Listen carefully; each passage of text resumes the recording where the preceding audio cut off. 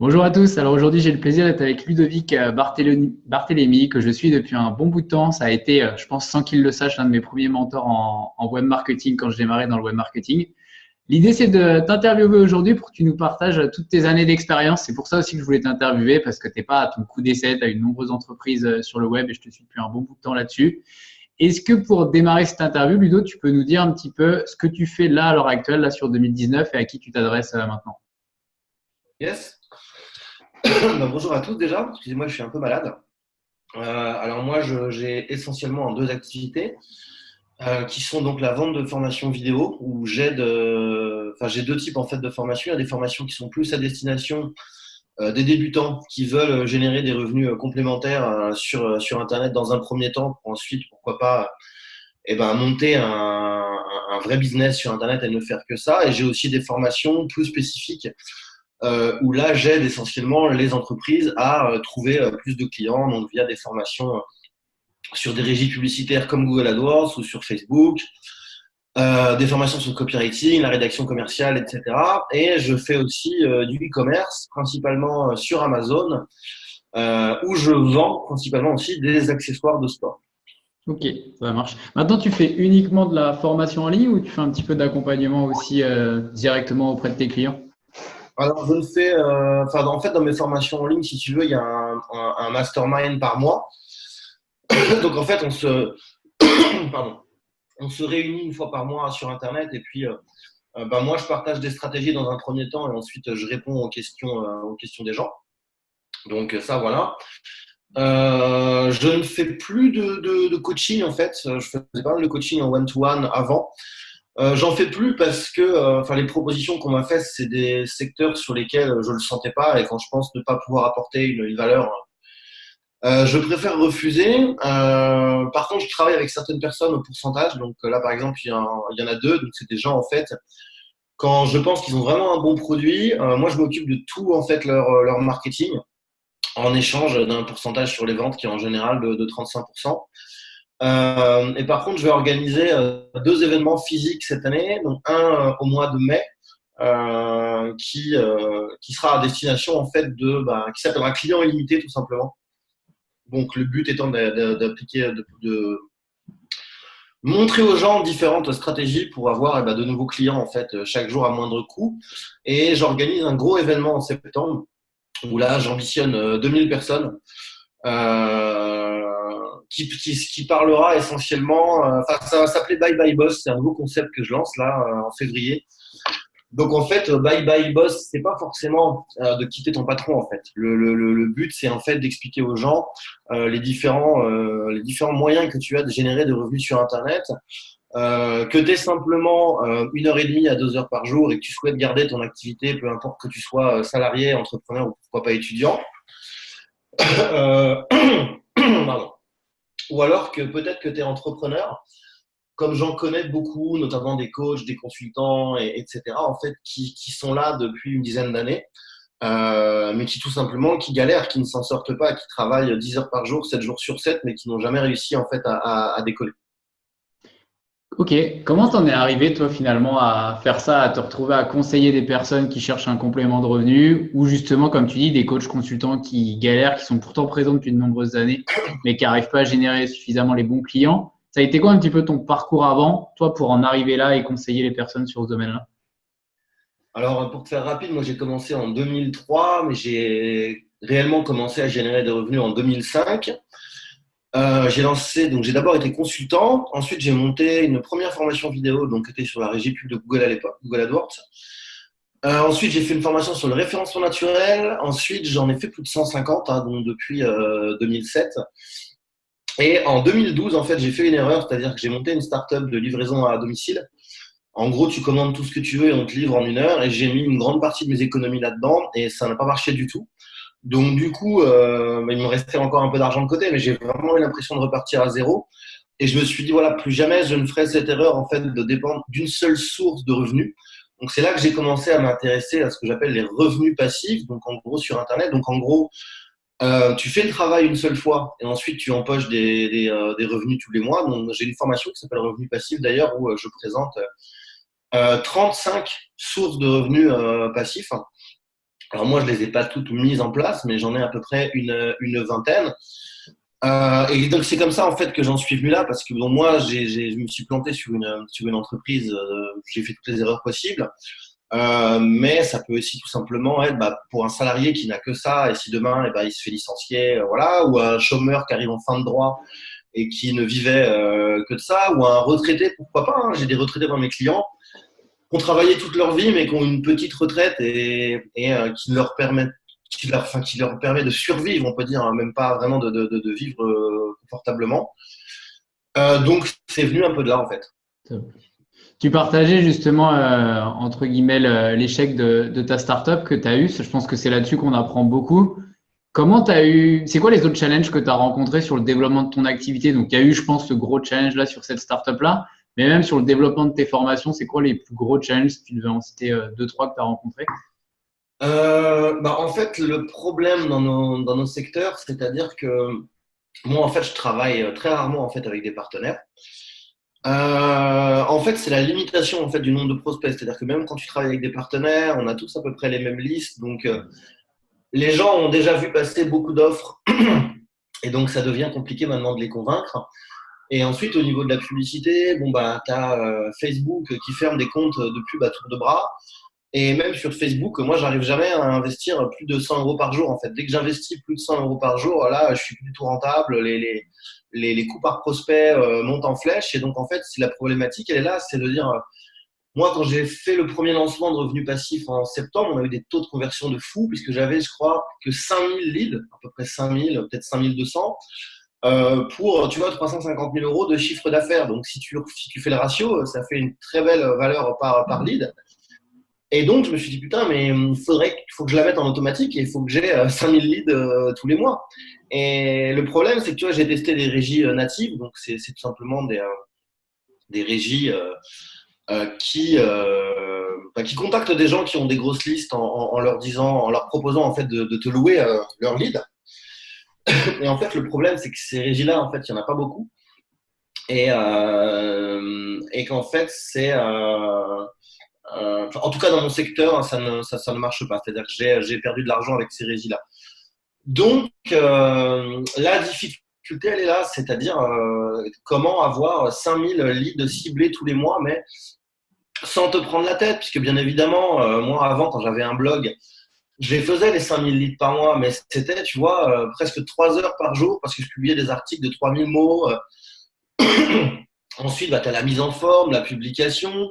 Faut en faire aussi un peu la promotion de tes articles. Donc ça, j'ai plus envie de ça. Tu vois, j'ai plus envie de passer 3 heures par jour à mettre sur un article de blog. Les vidéos sur YouTube, si tu veux, c'est sympa aussi. Mais alors, avant d'avoir 5000 leads avec des vidéos YouTube, je peux te dire qu'il faut avoir au moins 150 000 vues parce que ça convertit très mal les vidéos sur YouTube.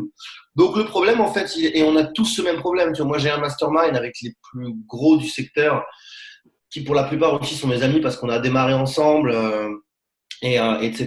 Et en fait, le problème, c'est récurrent. Enfin, je veux dire, c'est la même chose pour absolument tout le monde. Peu importe que tu fasses 100 000 ou 5 millions par an. Le problème, il est pareil pour tous. Et finalement, j'ai envie de revenir sur ce que tu disais au tout début, sur le côté, il y a de plus en plus de gens qui se lancent dans la thématique de la liberté via des revenus passifs sur Internet. On entend beaucoup parler de l'indépendance financière, etc. Tu disais qu'on se retrouve tous plus ou moins avec les mêmes listes et que c'est un peu le challenge d'avoir de nouveaux prospects. Sans parler du côté volume, avoir plus de prospects, c'est quoi que tu conseillerais justement pour arriver à se différencier finalement? À se différencier, de se dire, bah, mon prospect, peut-être qu'il a déjà entendu 2, 3, 4 fois en fait un discours sur la liberté financière, sur comme quoi c'est possible de gagner des revenus sur Internet. Moi déjà, c'est le storytelling. C'est-à-dire que moi, je fais je fais, comment dirais-je, mon schéma, il est à peu près toujours le même. Je te propose de t'inscrire pour télécharger un guide et recevoir une série de vidéos. Donc, j'ai 2 vidéos que j'appelle le teasing, ensuite une vidéo de vente et ensuite j'ai 1 ou 2 webinars, soit en direct, soit automatisés. Et en email de relance aussi, je donne la possibilité aux gens de prendre un rendez-vous par téléphone pour avoir un coaching en fait, un coaching, une discussion en tout cas de 20 à 30 minutes gratuitement avec moi ou un membre de mon équipe, juste pour savoir si cette formation leur convient, etc. Et si cette formation, je pense elle ne leur convient pas, bah moi, comme je fais comme ça depuis des années et que j'ai un catalogue de 150 formations, bah, je peux toujours les envoyer, tu vois, vers une autre formation, en fait. Et donc, en fait, ouais, ma différenciation, c'est vraiment le storytelling. Là, revenu passif, j'ai vraiment expliqué tout mon parcours. J'ai pas hésité à dire justement bah, que j'ai tout perdu une fois, et c'est pour ça que j'ai mis les revenus passifs. Je parle de la conjoncture actuelle, que Christine Lagarde nous annonce une crise sans précédent, mais la crise elle a déjà commencé avec les gilets jaunes en vrai quand tu vois ce qui se passe. D'ailleurs là sur le mois de janvier, et ça je vais en parler, je vais en faire une petite vidéo si tu veux bonus supplémentaire où en fait je vais parler de ça, les gilets jaunes et tout machin, et on voit que la crise en fait on s'en rend peut-être pas compte, mais elle est déjà partie. Et ça se confirme, c'est-à-dire que là sur janvier, tous ceux qui font des pubs Facebook, tout le monde perd du fric. Moi, j'ai plein de potes qui sont à la fois formateurs, d'autres qui ont des e-commerce qui vendent des bijoux, des e-commerce qui vendent des compléments alimentaires. Enfin, peu importe, là, sur janvier, c'est l'hécatombe. Il n'y a pas qu'Internet. Ma petite sœur, qui est responsable d'un magasin de vêtements, elle m'a dit c'est catastrophique, on n'a jamais fait un mois aussi pourri, alors qu'en général, janvier, c'est un super mois pour nous avec les soldes et tout. Parce que pour toi, il y a un lien finalement entre ce qui est en train de se passer dans l'actualité, on va dire, et Ouais. le fait que les campagnes publicitaires Facebook se cassent la gueule en e-commerce et autres. Ouais, je pense.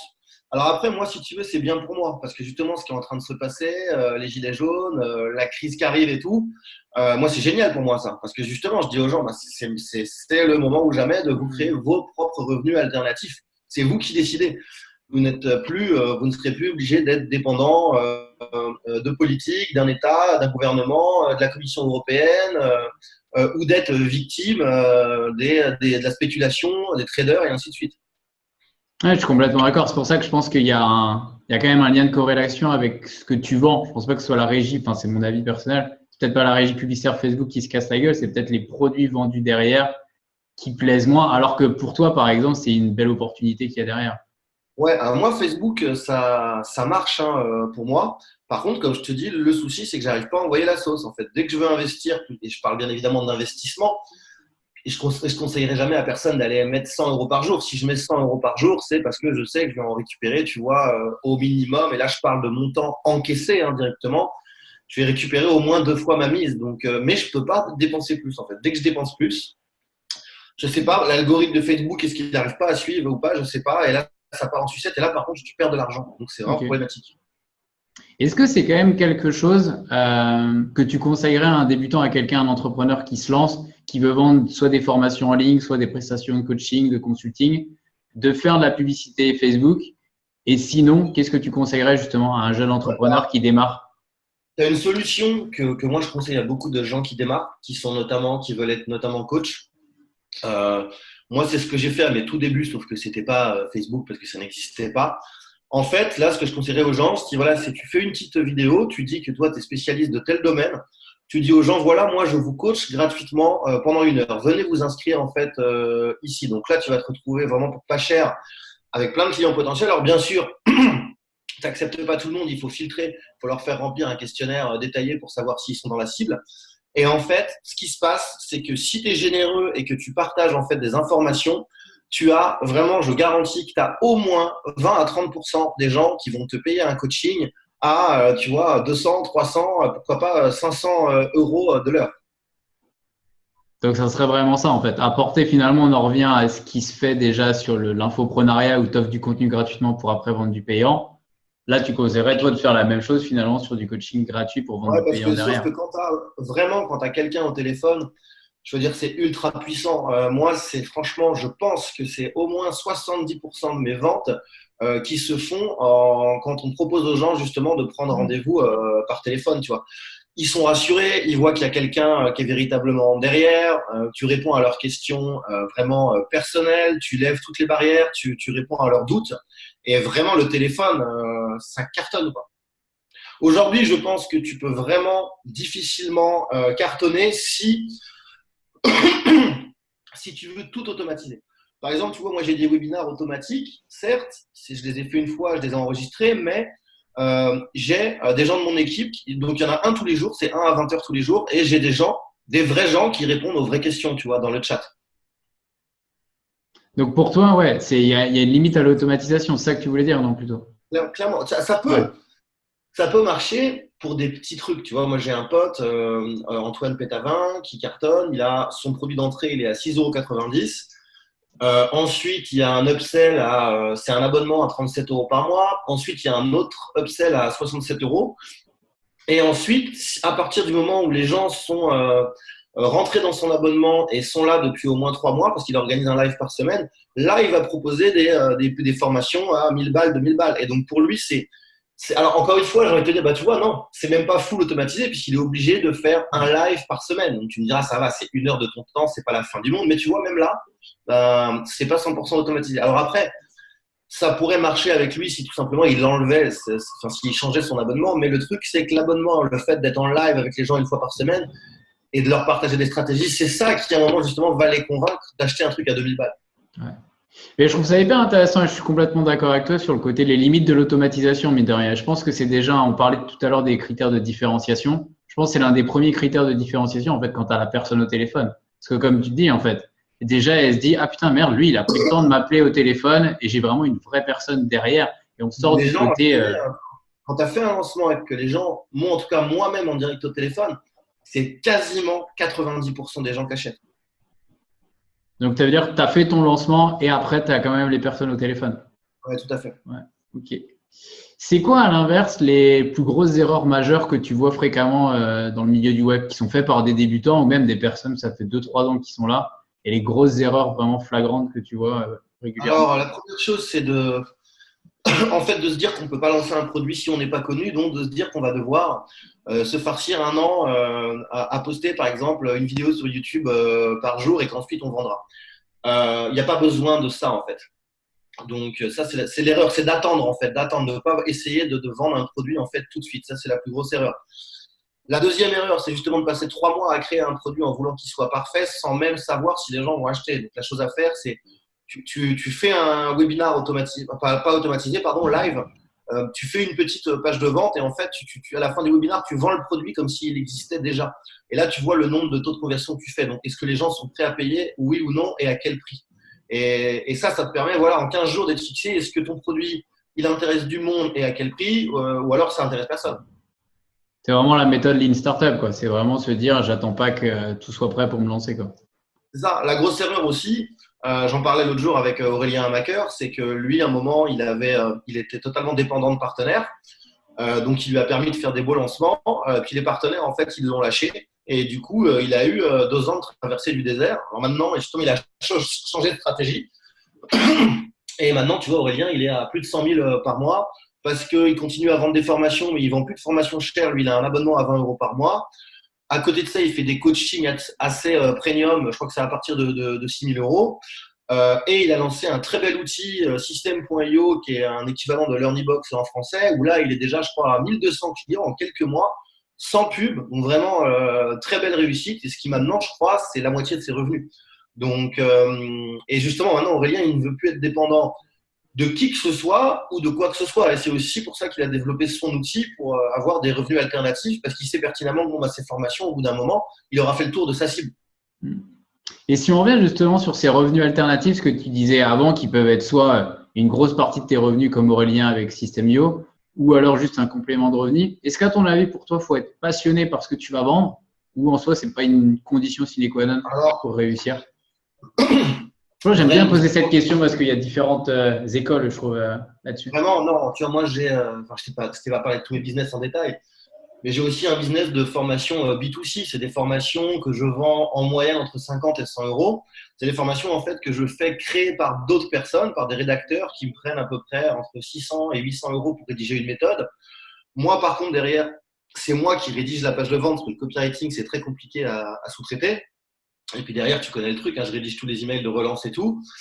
Et c'est des domaines, tu vois, qui ne me passionnent pas forcément. J'ai une méthode sur le traitement des angoisses, j'ai un truc sur comment devenir bilingue en 6 mois sans sortir de chez toi, j'ai un truc sur comment dormir mieux, enfin, tu vois, des méthodes comme ça. Alors, c'est des sujets sur lesquels j'ai une petite affinité, mais je veux dire, ça ne me passionne pas des masses. Et en plus, ça tourne tout seul parce qu'avec la fonction ROAS de Google AdWords, à partir du moment où tu as fait 20 ventes, tu laisses tourner Google en automatique. Toi, tu dis, moi, je veux 200% de ROI. Et si j'ai pas 200% de ROI, tu ne diffuses pas mes pubs. Et c'est Google qui optimise le tout seul. T'as rien à faire. Tu peux te barrer en vacances pendant 6 mois et tu vas continuer à faire du fric tous les mois. Mais ça, tu vois, ça me passionne pas. Et aussi avec cette technique sur Google AdWords en ROI, je fais du dropshipping, tu vois, pour plein de produits, des accessoires de sport, des ustensiles de cuisine, enfin tout ce que tu veux, tout et n'importe quoi. Et ça marche, mais ça me passionne pas du tout. Donc, c'est vraiment ouais, un objectif de se tirer soit des compléments de revenus, mais tu n'en ferais peut-être pas ton activité principale. Ton activité principale de web marketing va plus rester ta passion numéro une, non? Ouais, tout à fait. Ouais. Tout à fait. Là, toi, le concept que je lance, Bye Bye Boss, c'est vraiment quelque chose qui me fait vibrer. Je n'avais pas vibré comme ça, tu vois, depuis longtemps, parce que je me dis vraiment, j'ai cherché pendant vraiment des années quel serait vraiment le concept qui pourrait me permettre d'aider vraiment le plus grand nombre de gens. Avant, moi, tu vois, je disais tout le temps, ouais, mais c'est du bullshit tout ça, sur les mecs qui te disent la mission de vie, machin et tout. Et en fait, maintenant, c'est mon cas. Maintenant, j'ai vraiment envie d'aider un maximum de gens, mais je le dis clairement. Avant, je faisais ça pour le fric et c'était pas du tout mon objectif, tu vois. Je donnais du bon. Enfin, tu as suivi mes formations, donc tu vois, j'essayais de délivrer des bonnes stratégies. J'ai toujours mis un point d'honneur à ne partager aussi que ce que j'avais testé. Alors bien évidemment, tu es très satisfait quand il y a des clients, tu vois, qui réussissent. Mais je me foutais un peu du fait qu'ils passaient à l'action ou pas. Tu vois, pour moi, je suis pas coach en développement personnel, et si le mec il achète une formation et qu'il ne passe pas à l'action derrière, ça ne me concerne pas. J'ai changé un peu mon état d'esprit par rapport à ça. Maintenant, j'ai fait une promesse, donc ça me concerne, et je sais que les gens, de toute façon, ont besoin que je leur brise les barrières mentales et que dans, pour moi, dans la réussite, c'est 90% l'état d'esprit. Okay. C'est quoi qui t'a fait changer? Parce que juste avant, tu viens de dire, moi, pour moi, le côté mission, c'était un peu du bullshit. Je suis pas coach en développement perso ou autre. Et pourtant, tu as changé un peu, t'as shifté complètement là-dessus. C'est pas mal de choses. C'est le fait d'avoir rencontré des gens dans des séminaires que je voyais, des gens, tu vois, qui étaient hyper impliqués, en fait, qui mettaient en place les stratégies, mais qui n'avaient pas le bon mindset. C'est ça. C'est le fait d'en parler avec ma petite sœur et ses copines. C'est le fait, tu vois, mon beau-père, il y croyait pas du tout pendant des années. Il est en retraite. Je l'ai formé, tu vois, au business sur Amazon, FBA, mais en fait, je lui ai changé vraiment son état d'esprit. Tu vois, mon beau-père, il arrive à la retraite. Il a toujours bossé pour des patrons qui le traitaient comme une merde, tu vois, des petits chefs qui te traitent comme un enfant. Il a jamais eu un gros salaire. Donc, tu arrives à 60 ans, tu es brisé moralement, tu plus de confiance en toi, tu dis que tu es une sous-merde, tu vois, le rôle d'un père de famille, on dit tout le temps, enfin, c'est toi le bonhomme, quoi. Tu es censé, tu vois, assouvir tous les besoins de ta famille, ne jamais manquer d'argent, etc. Et mon beau-père, en fait, je lui ai dit, mais je l'appelle papa, tu vois, je le considère comme mon père, mais j'ai dit, mais t'es tout sauf une merde. Moi, où j'en suis, c'est grâce à toi, c'est toi qui m'as inculqué justement tu vois, cette force mentale oui, de montrer que des fois, eh ben, on n'avait pas grand chose, tu vois, à bouffer, mais que toi, tu allais, tu vois, faire deux boulots en plus s'il fallait le soir, tu vois. Donc, je dis pour moi, tu étais le mec le plus fort, en fait, mentalement. Et moi, maintenant, c'est à mon tour de te montrer qu'en fait, faire du fric sur Internet, c'est pas compliqué. Surtout que lui, c'est un passionné, tu vois, de pêche sous-marine, etc. Et en plus, lui, c'est un vrai kiff pour lui, tu vois, de vendre ces accessoires-là sur Amazon, de répondre aux clients et tout. C'est top, donc c'est vraiment ce côté-là que ça soit avec tes proches ou avec d'autres personnes où tu as pu prendre conscience que, bah, qu'on dise que c'est du bullshit ou non, mais de rien, il y a quand même une belle part de mindset et d'état d'esprit dans sa réussite sur Ouais, Internet. regarde, mon beau-père, quand il avait 45 ans, il a voulu monter une entreprise. Il a été voir qu'une banque qui lui a dit que son projet c'était de la merde ou autre, alors qu'il avait un super business plan. Et tout le monde dans son entourage, il dit, mais tu te prends pour qui, toi? T'as même pas un BEP, etc. Jamais ça va marcher. En gros, t'es qu'une merde, tu vois, ça l'a brisé. Il avait rencontré quelqu'un comme moi je veux faire aujourd'hui à l'époque, ça se trouve, tu vois, aujourd'hui, il aurait été à la tête d'une super boîte dans un domaine qui l'éclatait. Et voilà, il pourrait avoir une maison. Enfin, tu vois, tout ça. Qu'est-ce que j'avais pas du tout prévu de poser ces questions-là, mais pour moi c'est hyper important. Je trouve ça génial. On sent clairement que tu as trouvé ta mission maintenant, et c'est cool que tu aies l'honnêteté de dire qu'avant c'était plus pour le fric qu'autre chose.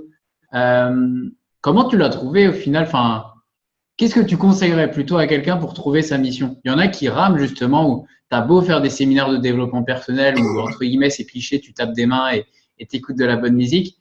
Comment finalement un jeune peut arriver à trouver sa mission de vie et est-ce qu'il faut vraiment à un moment ou à un autre la trouver en fait? Tu vois, ça c'est la question. Ma petite sœur, elle est en plein dedans. Tu vois, elle est responsable d'un magasin de fringues depuis des années. Là, elle a plus envie de faire ça, mais elle sait pas quoi, tu vois. Là, elle est en plein dedans et c'est le vrai problème. Et moi, je lui dis, voilà, tout simplement, ma puce, c'est quoi?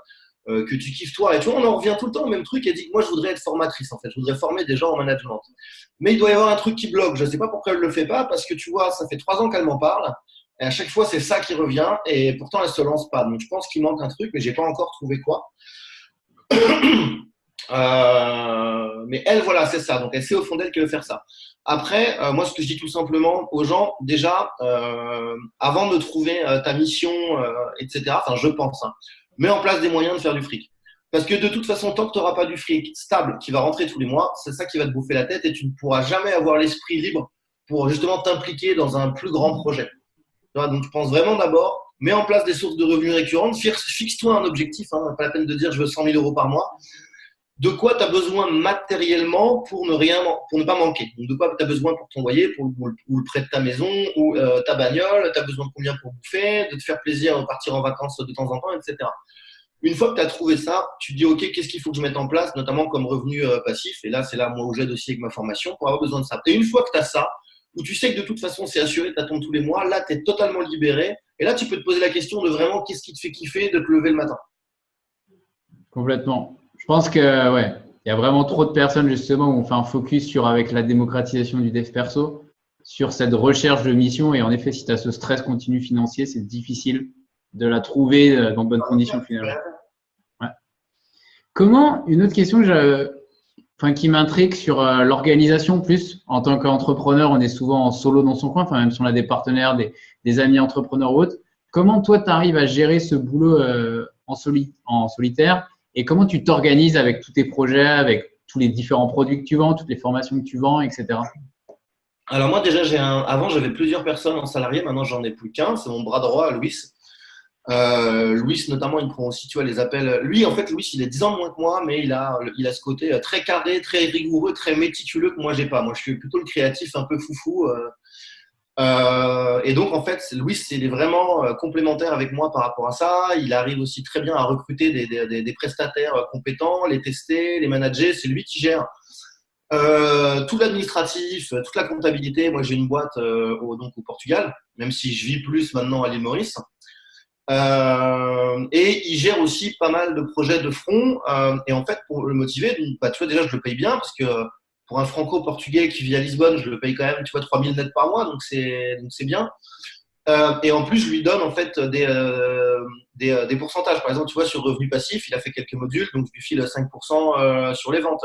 Mon business sur Amazon FBA, il y a lui et un autre pote qui est devenu un partenaire, Arnaud, qui est à l'île Maurice. On est 3 sur ce projet-là. C'est quasiment Arnaud et Louis qui gèrent tout en fait. Moi, la seule chose que je fais concrètement, c'est d'amener la trésorerie, si tu veux, pour acheter le stock. J'ai un autre projet j'ai un autre projet, j'ai un autre business dans le fitness, tout ce qui est fitness, alimentation. Donc c'est de la vente de programmes de fitness, donc accessoires de sport, vente de compléments alimentaires. Et ça, je suis associé avec 3 personnes. Mon pote Antoine qui est là, Antoine Pétavin. Un autre pote, Charles, qui avait FireRank avant, donc très très grosse boîte en fait dans les réseaux sociaux. Ça brassait, je crois que c'était des milliards de vues sur les vidéos, etc. Donc c'est Charles qui gère l'aspect communautaire, c'est Arnaud qui est vraiment un grand sportif qui gère en fait la création des programmes et c'est lui notre vitrine en fait sur les réseaux sociaux. Et moi et Antoine, on est au marketing. Tu vois, donc moi je fais rarement des choses vraiment tout seul en fait. Ouais, pour toi, vraiment, s'il y avait une chose à retenir, c'est de déléguer le plus rapidement possible, soit à un salarié, Ouais. soit à des prestataires externes. C'est ça, tout à fait. Et après, pour les gens que j'accompagne au niveau du marketing où je prends 35%, là, soit je le fais avec mon pote Vincent Lévy, où on est à 50-50 sur les commissions qu'on prend, soit je le fais tout seul, mais je prends pas plus de 2 projets par an. Ok, c'est vraiment te concentrer sur des projets VIP, entre guillemets, où tu Ouais, sais qu'il y a donc un là, énorme potentiel et ça te fait kiffer de bosser dessus, quoi. c'est ça. Là, il y en a un avec qui je le fais, qui est un gars adorable, très talentueux. On a 2 offres, une à 2000 et une à 3000 balles. Et tu vois, moi, en gros, j'ai fait le boulot une fois, ça m'a peut-être pris 3 semaines. Mais ensuite, voilà, derrière, c'est lui qui se farcit les téléphones, etc. Machin. Et moi, ce que j'ai fait ensuite, je vais toucher tous les mois, mais je ne fais plus rien. Ok.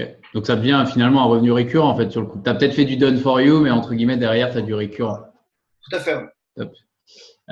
J'ai juste une dernière question, une question que je dis toujours, je le dis pour tout le monde en toute transparence, c'est une question que j'ai piquée entre guillemets à Timothy Ferris dans son dernier livre. Si tu avais la possibilité d'écrire un message, quelque chose qui te tient vraiment à cœur sur un panneau géant qui soit visible par le plus grand nombre de personnes, Ça serait quoi? Ça serait quoi le message que tu dirais pour conclure cette interview? Bonne question.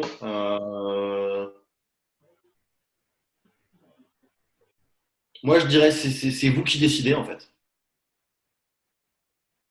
Ok. Voilà. C'est C'est vous vous qui qui décidez. décidez, prise de responsabilité individuelle de chacun. C'est ça. Top. Merci beaucoup, Ludovic. Merci à toi pour l'invitation. Merci, à bientôt. Ciao. À bientôt. Ciao.